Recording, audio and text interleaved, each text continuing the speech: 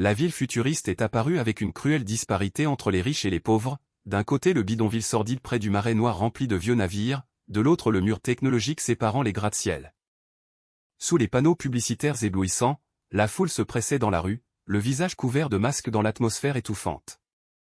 Des mains rapiécées et couvertes de boue essayaient de serrer fort un gobelet d'eau chaude fumante pour chercher un peu de chaleur. Assis d'un air hébété sur un banc public au milieu d'inconnus, le jeune homme à l'air hagard se plaignait intérieurement d'avoir dépensé ses dernières pièces juste pour acheter ce gobelet d'eau.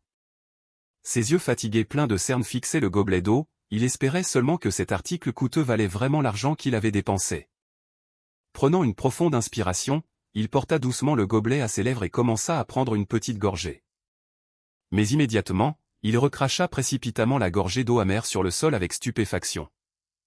Essuyant précipitamment sa bouche avec sa main, il grimaça et grogna que cette eau était trop amère et qu'il avait été douloureusement trompé. Regardant avec consternation son reflet flou dans l'eau, il soupira de regret, se disant qu'il aurait été plus logique d'utiliser cet argent pour acheter un vrai morceau de viande. Malgré cela, il claqua la langue et but le gobelet d'un trait, se rassurant que ce goût amer l'aiderait au moins à rester éveillé. Posant violemment le gobelet vide sur le banc après avoir fini, il se prépara à se lever pour partir. Il jeta nonchalamment le gobelet vers la poubelle voisine, mais son tir raté le fit rebondir sur le bord et tomber par terre. Voyant cela, il dut se pencher pour ramasser le gobelet en papier sur le sol. Puis il le laissa tomber soigneusement à l'intérieur du sac poubelle public. Après cela, il fit des pas lourds pour continuer son chemin dans la rue. Tout en marchant, il se tapota fort les joues pour reprendre ses esprits, grognant que la somnolence l'entourait toujours. Titubant comme une âme perdue parmi les passants, il se rappela qu'il n'avait qu'à se traîner jusqu'au poste de police. Il se giflait continuellement pour vaincre la fatigue, se disant qu'il n'avait qu'à endurer un peu plus. Finalement, le solide poste de police à l'architecture moderne apparut juste devant ses yeux. Il entra dans le grand hall, où les policiers étaient concentrés sur leur travail devant leurs ordinateurs. Voyant l'apparition soudaine du jeune homme débraillé, le policier écarquilla les yeux de perplexité. Il lui demanda si le garçon s'était perdu, mais ne reçut en réponse qu'un silence effrayant. Levant son visage fatigué, le jeune homme déclara calmement que, selon la directive spéciale numéro 3, il était venu se rendre parce qu'il portait la malédiction du cauchemar.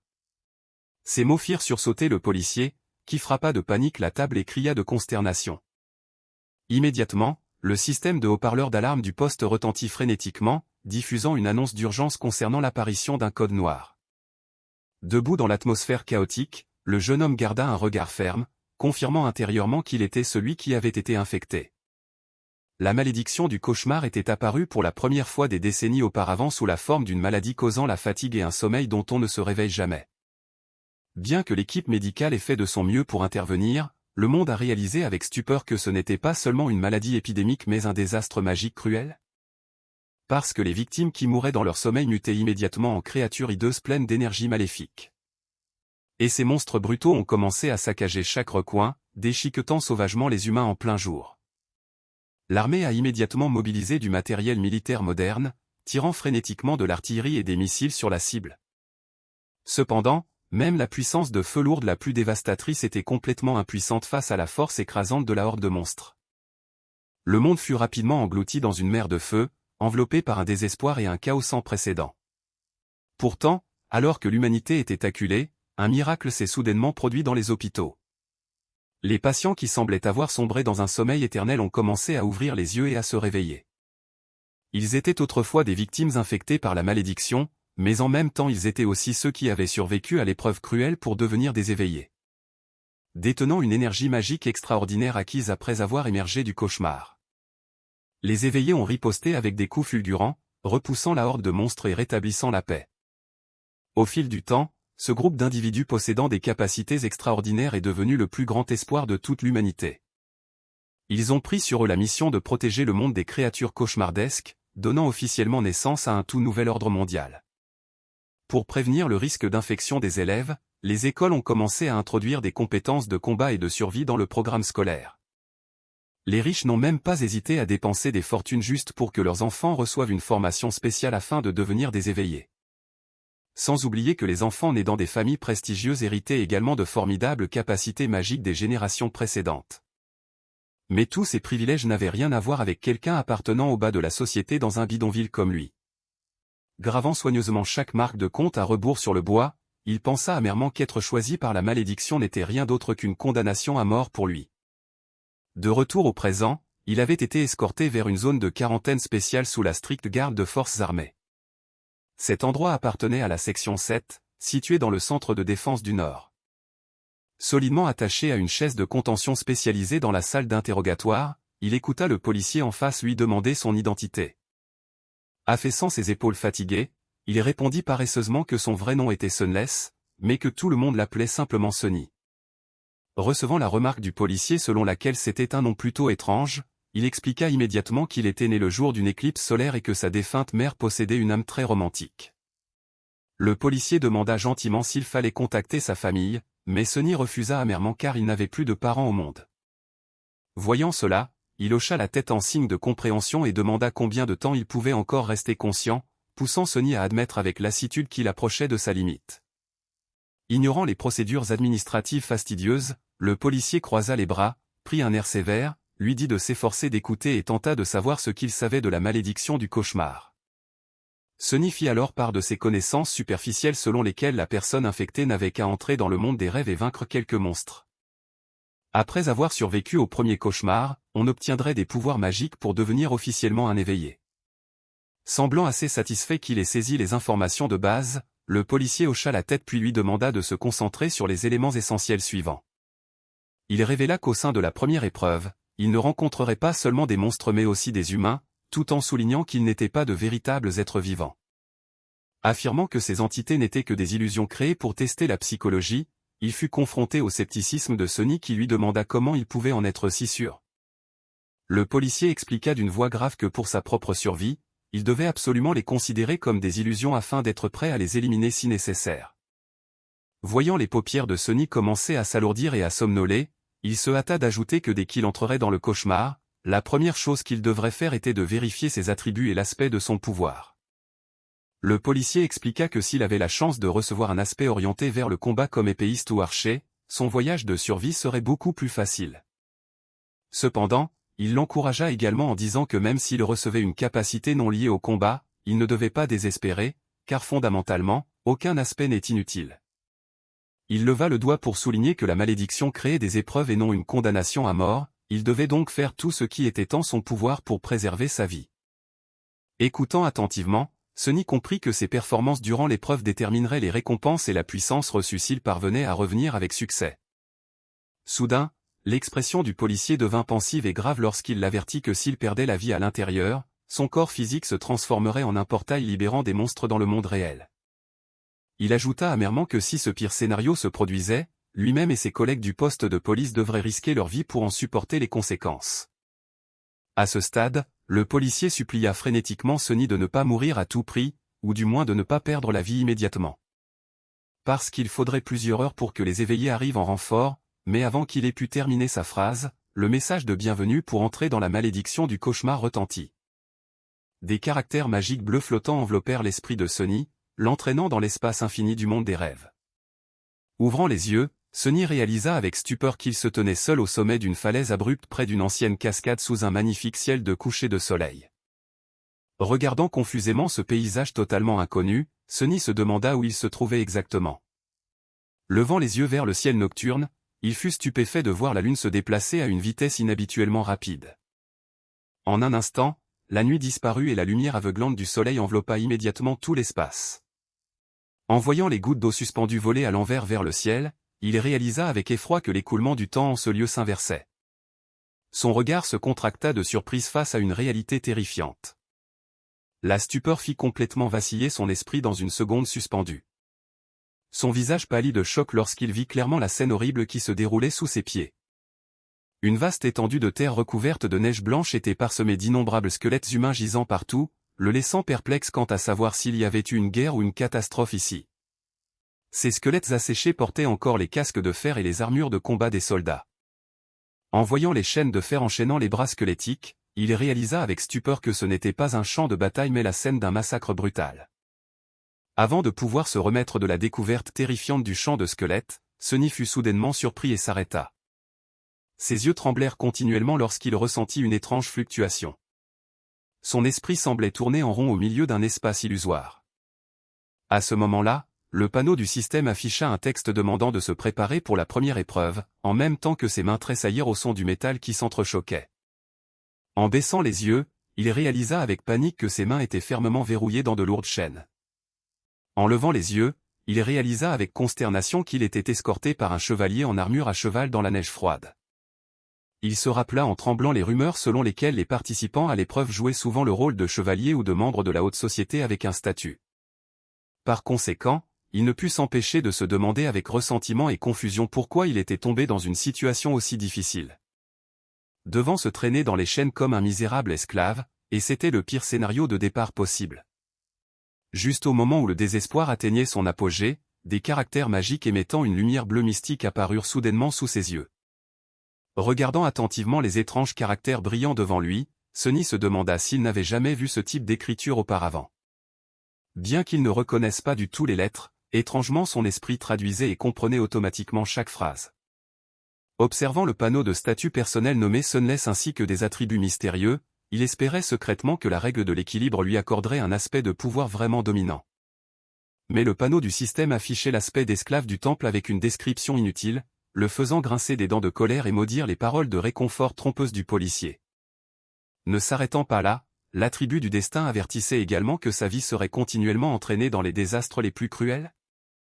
Alors que son esprit était plongé dans l'amertume, son pied nu et sale trébucha soudainement sur une pierre dans la neige. Sa chute titubante tira violemment sur la chaîne de fer, entraînant le prisonnier marchant juste derrière. Tiré brusquement, le prisonnier blond cria de colère, les veines du cou saillantes, menaçant de savoir s'il cherchait à mourir. Voyant cela, le prisonnier musclé qui marchait devant se retourna et lui conseilla de ne pas s'en prendre à un gamin. Le gars musclé affirma qu'un être faible comme lui gèlerait à mort avant l'aube, tandis que Sonny pensait amèrement que ce qui les massacrerait vraiment serait la horde de monstres du cauchemar. Le vieux prisonnier expliqua calmement que ce col était normalement plus chaud mais que le groupe avait de la malchance, et conseilla en même temps au gars blond qu'il valait mieux ne pas toucher au jeune homme. Le voyant s'interroger avec panique sur la raison, le vieil homme fit un signe de tête vers les étranges tatouages qui apparaissaient sur sa peau. Soulignant qu'il n'était pas comme ceux qui devenaient esclaves à cause de dette ou de péché, mais qu'il était un esclave du temple né avec un destin différent. Le vieil homme soupçonnait qu'il était un vestige laissé après que l'Empire eut détruit le temple du dieu des ténèbres, révélant indirectement la mystérieuse marque divine sur son corps. L'avertissement lui demandant s'il voulait vraiment risquer sa vie pour mettre un dieu en colère laissa le blond sans voix, l'obligeant à claquer la langue et à ravaler son agressivité. Voyant une agitation inhabituelle, le chevalier à cheval s'approcha pour l'interroger, poussant l'esclave à se défendre immédiatement en disant que tout le monde était juste fatigué par le froid et s'inquiétait pour le garçon fragile. Le regard pensif du chevalier se fixa sur Sonny, tandis qu'il levait secrètement les yeux, se demandant avec frustration ce que l'autre regardait. Mais contrairement à ses craintes, le chevalier l'encouragea doucement à endurer un peu plus, promettant que le groupe s'arrêterait pour installer le camp dès que le soleil se coucherait. Le fait d'être appelé un enfant rendit Sonny intérieurement mécontent, affirmant secrètement qu'il avait presque 17 ans et que le chevalier ne semblait pas beaucoup plus âgé que lui. Avant d'avoir pu apaiser sa rancœur, il fut complètement stupéfait lorsque le chevalier lui tendit de sa propre initiative une gourde d'eau et lui dit gentiment de prendre une gorgée pour garder ses forces. Regardant silencieusement la gourde d'eau offerte devant lui, Sonny était indécis et n'avait pas encore réagi. Il venait de lever ses mains enchaînées pour l'accepter, doutant de la gentillesse du chevalier, lorsqu'un fouet noir déchirant le vent s'abattit soudainement. Le coup de fouet cruel abattit Sonny dans la neige froide sous la féroce intervention du vieux commandant des chevaliers. Serrant les dents pour endurer la douleur brûlante sur son dos, Sonny grinça des dents et ravala sa haine. Le vieux commandant demanda avec colère au jeune chevalier ce qu'il faisait, poussant la recrue à expliquer maladroitement qu'il voulait juste donner un peu d'eau au garçon. Mais le vieil homme lui cria immédiatement de se taire, déclarant cruellement que les esclaves n'étaient pas des amis et n'étaient même pas humains. Il avertit la recrue d'une voix grinçante que s'il récidivait, la prochaine personne à subir ce coup de fouet brutal serait lui-même. Se traînant en titubant avec le groupe à travers le paysage montagneux enneigé et désolé, Sonny se jura à lui-même qu'à tout prix. Il devait absolument survivre pour voir ce commandant diabolique s'effondrer et mourir sous ses yeux. Et ce regard haineux n'oublia pas non plus de graver profondément le visage du jeune chevalier qui venait de montrer de la pitié pour lui. Sonny serra les dents avec un regard de haine, jurant que le vieux commandant serait le prochain à payer de sa vie. Le crépuscule tomba progressivement, couvrant d'une teinte rouge vif les pics enneigés imposants. À ce moment précis, la main en armure du commandant tira soudainement sur les rênes pour arrêter le cheval. Il cria à voix haute, ordonnant à tout le groupe de s'arrêter immédiatement pour installer le camp. La nuit noire tomba rapidement, accompagnée de la faible lueur du croissant de lune couvrant les montagnes et les forêts. La lumière du feu de camp s'embrasa, crépitant joyeusement sous la marmite de soupe fumante. L'ensemble du camp temporaire fut établi juste au pied d'une falaise vertigineuse et imposante. Les chevaliers se rassemblèrent joyeusement autour du feu, mangeant à leur faim et discutant avec animation. En contraste total, Sonny devait lutter pour lever ses mains enchaînées et ronger un morceau de ration dur comme de la pierre. Voyant le blond se mettre à maudire la cruauté de l'armée impériale, Sonny profita secrètement de l'occasion pour ramasser plus de nourriture afin de faire des réserves. Le prisonnier blond mâchait bruyamment tout en grognant de mécontentement, disant que la nourriture ici était pire que celle de la prison, même s'ils étaient d'anciens condamnés à mort attendant leur jour d'exécution. En le regardant se plaindre sans arrêt tout en continuant à s'empiffrer, Sonny pensa avec sarcasme qu'il critiquait avec sa bouche mais consommait toujours beaucoup.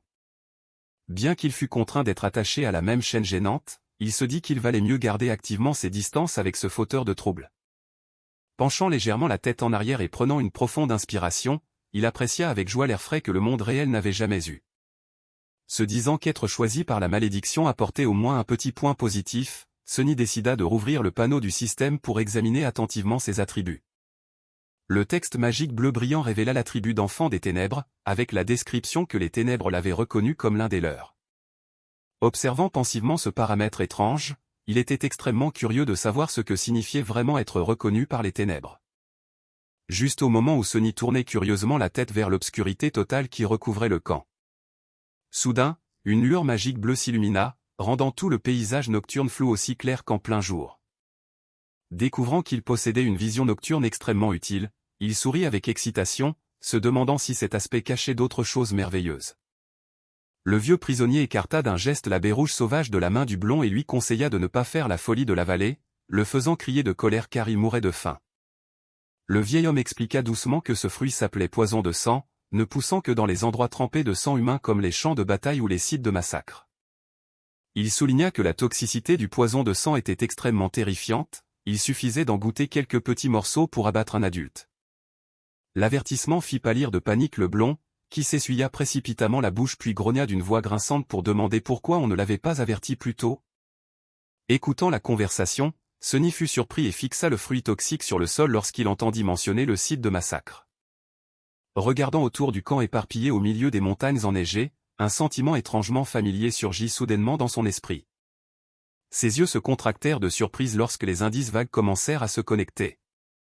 Il se rappela soudain l'image d'innombrables squelettes portant des armures de combat gisant partout lorsque la ligne temporelle s'était inversée en entrant dans le monde des rêves. En particulier ces mêmes chaînes de fer qui enchaînaient les bras squelettiques de ces cadavres. Réalisant que le groupe entier actuel était composé des victimes qui seraient brutalement massacrées dans le futur, Sonny tremblait de stupeur face à cette horrible vérité. Soudain, une attaque dévastatrice venue d'en haut s'abattit inopinément, écrasant un prisonnier juste à côté de Sonny. La scène brutale se déroula si vite que ses pupilles se contractèrent à l'extrême dans la consternation. La cruelle vérité apparut immédiatement dans son esprit, tout le monde ici allait être anéanti. Le sang frais éclaboussant et se dispersant partout força Sonny à lever avec panique ses mains enchaînées pour se protéger. L'avertissement de mort résonnait de manière obsédante, faisant complètement vaciller son esprit. Juste devant ses yeux se trouvait maintenant un bras coupé et ensanglanté portant toujours ses chaînes. Au milieu du blizzard aveuglant et des rochers, Sonny leva les yeux avec panique, regardant directement la falaise. Dans tout le camp résonnaient des hurlements et des cris de désespoir dans un chaos stupéfiant. D'innombrables rochers géants tombaient en cascade, écrasant les chevaliers qui s'enfuyaient dans la panique. Le désastre cruel de l'éboulement écrasa instantanément les véhicules et les chevaux de guerre, plongeant tout le camp dans une mer de sang destructrice. Dans la fumée et la poussière dense, l'épave du véhicule gisait seule avec ses roues brisées. Le camp temporaire tout entier était maintenant plongé dans une scène de désolation et un silence terrifiant. Les chevaliers assez chanceux pour survivre se relevèrent en titubant, étourdis et paniqués, ne comprenant pas ce qui venait de se passer. Soudain, un chevalier cria pour alerter de quelque chose au sommet de la falaise, faisant sursauter le vieux commandant qui leva les yeux. Entendant les cris de panique résonner, le commandant rugit immédiatement, ordonnant à ses hommes de se préparer au combat. Le son des armes dégainées de leurs fourreaux résonna durement dans l'espace rempli d'une intention meurtrière. Tous les chevaliers pointèrent simultanément la pointe de leurs épées vers le sommet de la falaise, où une ombre gigantesque se dressait. Les yeux luisants et démoniaques de la créature cauchemardesque brillèrent dans la nuit noire, comme s'ils attendaient de déchiqueter leur proie. Le vieux commandant changea de couleur et serra les dents, pensant paniquer qu'il n'avait jamais entendu dire qu'il y avait des monstres dans cette zone. Avant qu'il n'ait pu penser davantage, le monstre se jeta soudainement vers le bas, fonçant droit pour massacrer le camp à une vitesse terrifiante. Le vieux commandant cria de panique lorsque la silhouette du monstre disparut soudainement de sa vue.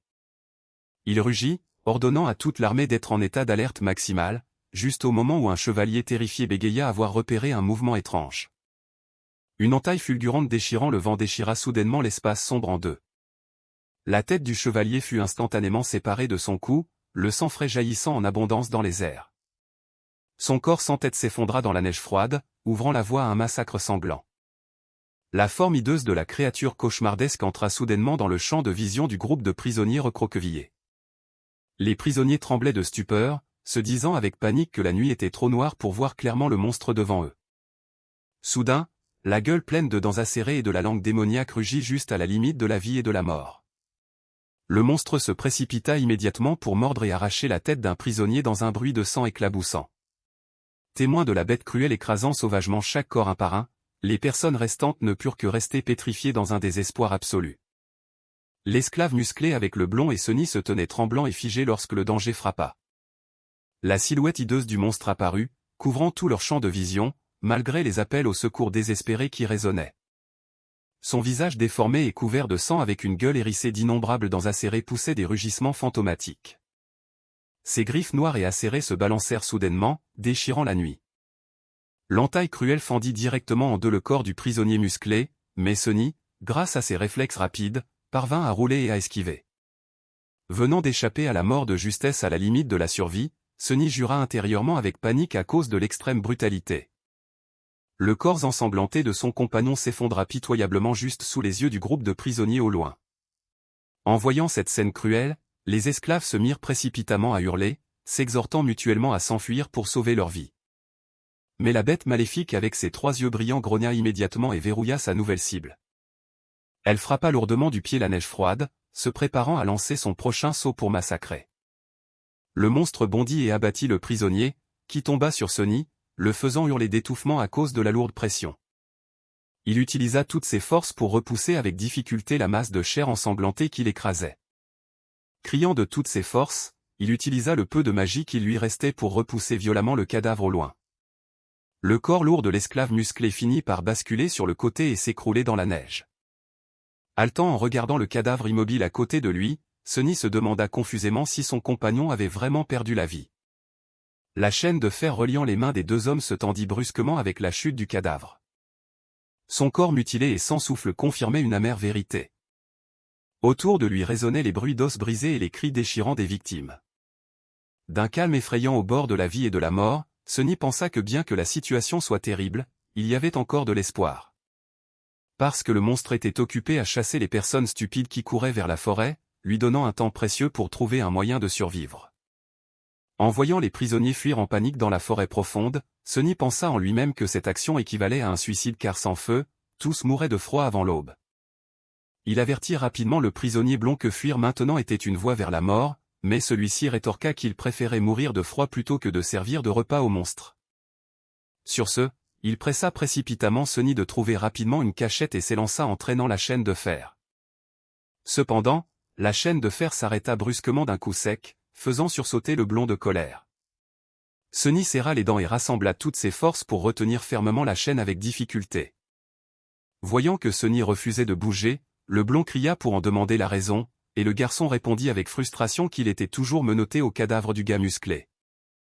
Juste au moment où le blond se demandait avec panique si le cadavre était encore en vie, la masse de chair ensanglantée sous la neige commença soudainement à bouger. Le cadavre mutilé muta soudainement violemment avec des yeux brillants d'une lueur démoniaque, poussant Sonny à se maudire pour ses pensées malchanceuses. Ses pupilles se contractèrent à l'extrême sous le choc alors qu'il assistait à la catastrophe terrifiante qui se déroulait sous ses yeux. Le cadavre se transforma officiellement en un monstre cauchemardesque hideux, faisant réaliser à Sonny avec effroi qu'il faisait face à une mort imminente. Paniqué en voyant le monstre tyran apparaître dès la première épreuve, Sonny se demanda avec frustration pourquoi une créature d'un niveau aussi élevé apparaissait ici. Il n'avait jamais entendu parler de l'apparition de quelque chose de plus puissant qu'un monstre de niveau démon dans le premier cauchemar, pensant amèrement que tout cela était causé par l'attribut malveillant du destin. Mettant de côté son choc, il cria immédiatement pour presser le blond de le détruire avant qu'il n'achève sa mutation, car hésiter signifiait mourir tous les deux. Les mots d'exhortation ferme firent frissonner le prisonnier blond, le laissant paralysé dans une peur extrême. Sonny passa agilement la chaîne autour du cou du monstre tout en ordonnant qu'au signal, l'homme devrait tirer de toutes ses forces. Un piétinement puissant créa un bruit retentissant qui déchira la nuit froide et enneigée. Dès que la chaîne de fer s'enroula fermement autour du cou de la bête féroce, Sonny rugit pour ordonner au blond d'agir immédiatement. Tous deux utilisèrent toute leur force, tendant leur corps pour tirer violemment la chaîne des deux côtés afin d'étrangler le monstre. Le regard de Sonny brilla de cruauté, il serra les dents et hurla de colère en maudissant le monstre de payer rapidement de sa vie. Au même moment, le prisonnier blond serra également les dents, épuisant ses dernières forces pour resserrer les fers. La chaîne de fer serra le cou de la créature, faisant ressortir les yeux du monstre qui suffoquait. La pression terrible fit éclater les vaisseaux sanguins dans ses yeux, accompagnés de bruits de craquements effrayants. Le sang frais gicla abondamment, déchirant l'air lors d'une strangulation décisive. Le corps du monstre s'effondra sur la neige en même temps qu'une notification du système indiquant que la larve du roi de la montagne avait été tuée avec succès. Sonny haletait sans cesse, épuisé après la bataille mortelle et étouffante. Le prisonnier blond à côté de lui haletait également sous le choc, à bout de souffle. Il hurla de joie avec soulagement qu'ils aient vraiment réussi à abattre cette monstruosité. Ayant désespérément besoin de repos, Sonny s'accorda secrètement de fermer les yeux pendant 3 secondes pour récupérer ses forces. Cependant, le blond paniqua et demanda à Sonny ce qu'il devait faire ensuite. Regardant autour de lui, Sonny fut choqué de voir d'innombrables autres cadavres rugir également et muter en un nouvel essaim de larves cauchemardesques. En regardant les monstres se lever tout autour, Sonny soupira de frustration, jurant silencieusement que cet endroit était vraiment un enfer cruel et espérant seulement se réveiller rapidement. Cependant, un monstre cauchemardesque avec des dents pointues et déchiquetées rugit immédiatement avec des sifflements terrifiants. Il frappa fortement du pied, créant une explosion de neige dense qui déchira la nuit sombre. Rugissant un cri terrifiant, cette abomination se jeta directement pour massacrer, tandis que Sonny resserrait précipitamment la chaîne de fer pour se préparer au combat. Ses yeux brillèrent de détermination, défiant silencieusement les sèmes de monstres de sang prendre à lui.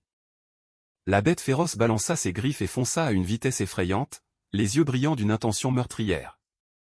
Le regard de Sonny se rétrécit, se concentrant intensément pour verrouiller chaque mouvement de l'ennemi. La réponse courageuse créa une secousse qui ébranla la bande de terre recouverte de neige blanche. Même si la bête féroce battait frénétiquement des ailes et bondissait pour mordre en plein vol.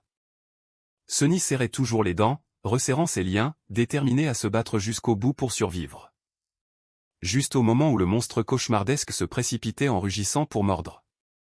Le regard de Sonny se contracta, se concentrant directement sur l'attaque mortelle. Soudain, un éclair aiguisé d'aura d'épée déchira la nuit sombre. Tranchant directement le corps du monstre en deux dans les airs, accompagné d'éclaboussures de sang. Une silhouette majestueuse en armure de fer atterrit pour les sauver tous les deux sous le regard ébahi de l'esclave blond. Le prisonnier resta bouche bée de stupeur face à l'apparition inattendue de ce sauveur. Les pupilles de Sonny s'écarquillèrent de surprise en reconnaissant le chevalier qui venait de les aider.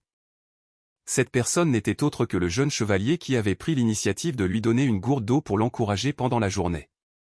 Le visage derrière le casque protecteur brillait d'une aura résolue et d'un courage extraordinaire. Le jeune chevalier balaya les sèmes de bêtes féroces avec une puissance écrasante, laissant le blond stupéfait et pensant qu'il ressemblait à un véritable héros. En regardant l'allure digne de l'autre, Sonny fit claquer sa langue et fit la moue, se moquant silencieusement du fait que ce type n'était doué que pour se donner en spectacle. Après un coup d'épée fulgurant qui fit gicler le sang frais. Le chevalier tourna le dos et s'éloigna, laissant le cadavre mutilé du monstre, ce qui poussa Sonny, assis par terre, à douter et à se demander quelles étaient ses véritables motivations. Soudain, le chevalier s'arrêta et sortit un objet métallique qui émit un bruit de cliquetis. Il lança ensuite cet objet vers Sonny et le pressa de l'attraper. Sonny attrapa rapidement l'objet métallique en plein vol. Il écarquilla les yeux de stupeur en réalisant que ce qu'il tenait dans sa main était la clé pour ouvrir les chaînes. Le chevalier dit à Sonny de se sauver lui-même puis continua à se précipiter dans la bataille. Un coup de pied puissant créa un tremblement qui déchira la neige froide. Bien qu'ayant été aidé, Sonny, étant un enfant ayant grandi dans les bidonvilles, se rappela silencieusement que les personnes soudainement trop gentilles sans raison étaient les plus dignes de méfiance. Sonny inséra précipitamment la clé dans la serrure de la chaîne en fer, faisant retentir des cliquetis. Les lourds fers se détachèrent immédiatement et tombèrent lourdement sur la neige froide. Frottant légèrement ses poignets meurtris par les marques de chaînes douloureuses, Sonny se dit intérieurement d'attendre. Il trouverait sûrement un moyen de se venger de tout cela. Voyant Sonny libéré de ses fers, le prisonnier blond se précipita vers lui et l'appela frénétiquement. Il supplia précipitamment Sonny de lui enlever ses chaînes, ce qui fit penser au garçon que bien que ce type soit ennuyeux. Mais le libérer ne lui ferait rien perdre. En voyant le blond implorer sincèrement de l'aide, Sonny réalisa que plus il y avait de monde, plus les chances de survie dans les montagnes enneigées étaient élevées, alors que les autres prisonniers survivants hésitaient encore à s'approcher. Juste à ce moment-là, le vieux prisonnier s'avança lentement de l'obscurité de la nuit. Lorsque toutes les chaînes furent retirées, les prisonniers applaudirent de joie car ils avaient enfin retrouvé leur liberté. Le blond pressa tout le monde de fuir pendant que les forces des chevaliers étaient occupées à attirer l'attention de l'essaim de monstres. Cependant, le vieux prisonnier l'ignora et leur rappela que courir dans la forêt sans feu signifiait également mourir de froid. Frustré de ne pas vouloir se transformer en créature cauchemardesque, le blond rugit et menaça d'écraser la tête du vieil homme s'il continuait à l'en dissuader. Au milieu de l'atmosphère tendue, Sonny suggéra calmement au groupe de s'approcher pour observer la situation. En le voyant s'éloigner naturellement, le blond paniqua et jura que Sonny était fou d'oser s'approcher activement du monstre. Cependant, Sonny pensait seulement silencieusement qu'il n'avait plus rien à perdre de toute façon, il n'avait donc aucune raison d'avoir peur. Devant eux, des gouttes de sang frais coulaient sur la langue démoniaque du tyran. La scène brutale se révéla lorsque le monstre avala les cadavres dans son estomac, faisant trembler le blond de panique. Caché derrière le rebord rocheux, observant la bête féroce mâcher et avaler brutalement, le blond murmura au vieil homme que Sonny devait avoir un problème mental pour pouvoir être si incroyablement calme. Observant de loin, Sonny cherchait silencieusement un moyen de détruire le monstre tyran. Soudain, un cri retentissant défiant le monstre déchira la nuit sombre. C'était le jeune chevalier qui se précipitait d'en haut pour attaquer, faisant espérer au prisonnier blond qu'il pourrait le détruire. Face à l'abomination hideuse, le jeune chevalier rugit de haine, la maudissant de payer rapidement de sa vie. Il serra les dents, utilisant toutes ses forces pour balancer son épée et asséner un coup fulgurant. Cependant, la lame transperçant la peau épaisse de la bête féroce fit jaillir des étincelles avec un fort bruit de collision. Regardant impuissant la pointe de l'épée complètement inefficace, le jeune chevalier s'énerva d'insatisfaction car sa peau était excessivement robuste. Ses pupilles se contractèrent de panique lorsqu'il réalisa le danger imminent. Un coup de griffe cruel du tyran projeta immédiatement le jeune chevalier en arrière, le faisant tituber. Le monstre géant se tenait grand et menaçant le jeune chevalier, tandis que le groupe de prisonniers ne pouvait que retenir son souffle en observant derrière le rebord rocheux. Voyant le jeune chevalier lutter pour se défendre, le groupe de prisonniers réalisa qu'il s'épuiserait bientôt si la bataille se prolongeait. Sonny observa silencieusement le terrain environnant pour trouver un moyen de renverser la situation. Il réfléchit profondément à un plan pour utiliser tout ce qui était possible afin de détruire la bête féroce. Son regard s'arrêta soudainement sur un lourd chariot de marchandises posé sur la pente enneigée. N'ayant pas assez de force pour abattre le monstre lui-même, Sonny décida d'utiliser la gravité du chariot pour l'écraser. Il se précipita vers le chariot et cria fort, pressant ceux qui voulaient vivre de le suivre rapidement. Voyant Sonny agir étrangement, le blond fut sceptique et confus, mais le vieil homme considéra que c'était un présage des dieux. Le vieux prisonnier décida précipitamment de lui faire confiance une fois de plus, entraînant le blond derrière lui tout en serrant les dents.